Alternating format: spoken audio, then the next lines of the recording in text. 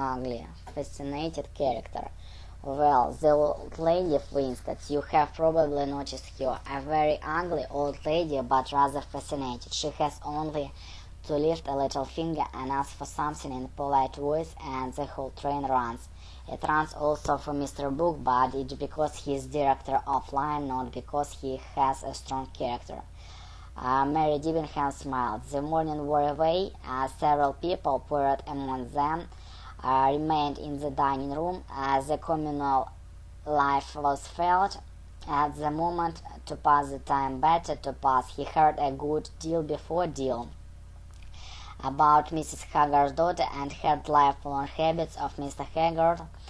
Lifelong from his rising ferment to rising and commencing breakfast with a cereal, commenced to his final rest at night in bed socks, to that Mrs. Haggard herself had been in habit knitting for him. Lifelong deceased cereal.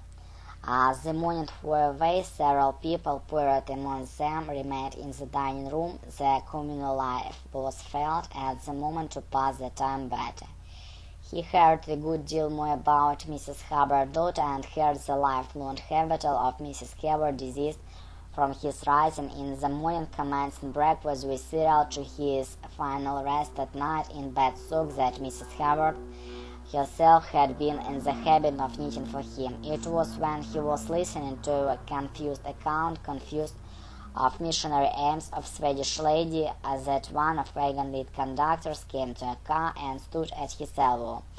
Pardon, monsieur, yes, the compliments of Mr. Book, compliment, and he would be glad if you would be so kind to come to him for a few minutes. Poirot raised uttered excuse to Swedish lady, followed the man out of dining car. It was not his own conductor, but a big fair man, confused, missionary fair. Репетитор по скайпу, Smart Teacher 190.